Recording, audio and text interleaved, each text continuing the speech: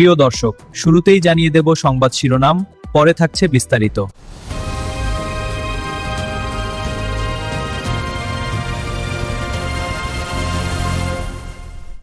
সিনেমার পর্দায় আমরা অনেক অলৌকিক গল্প দেখি, কিন্তু বাস্তবে যখন সাধারণ কোনো পরিবারের সন্তান ইতিহাস গড়ে, তখন তা সিনেমার চেয়েও রোমাঞ্চকর হয়ে ওঠে।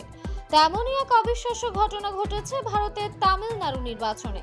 দক্ষিণ সুপারস্টার থালাপতি বিজয়ের ব্যক্তিগত ড্রাইভারের ছেলে আজ বিধানসভার সদস্য।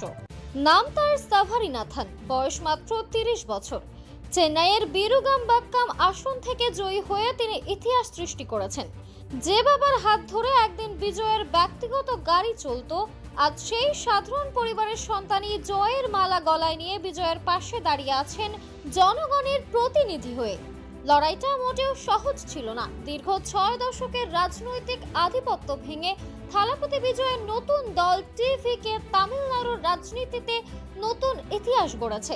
সাভারিনাথন ডিএমকে এবং এআইএএমডিকের মতো হেভিওয়েট প্রার্থীদের 22,000-এরও বেশি ভোটে পরাজিত করেছেন।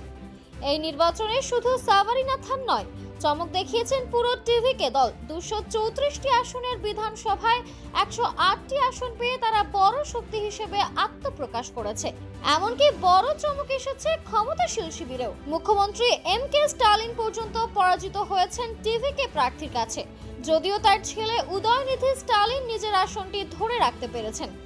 এখন সবার মনে একটাই প্রশ্ন, একজন সুপারস্টার কি এবার সত্যিই তামিলনাড়ুর মুখ্যমন্ত্রীর চেয়ারে বসতে চলেছেন? সংখ্যাগরিষ্ঠতা থেকে সামান্য পিছিয়ে থাকলেও থালাপতি বিজয় যে আগামীর রাজনীতিতে বড় ফ্যাক্টর, তা এখন পরিষ্কার। আর তার এই জয়ের ছায়ায় ড্রাইভারের ছেলে সাভারিনাথন হয়ে উঠেছে নতুন এক রাজনৈতিক যুগের প্রতীক। সাধারণ থেকে অসাধারণ হয়ে ওঠার গল্পটি আপনার কেমন লেগেছে কমেন্টে জানান। আর এমন আরও খবরের জন্য আমাদের পেজটি ফলো করে রাখুন।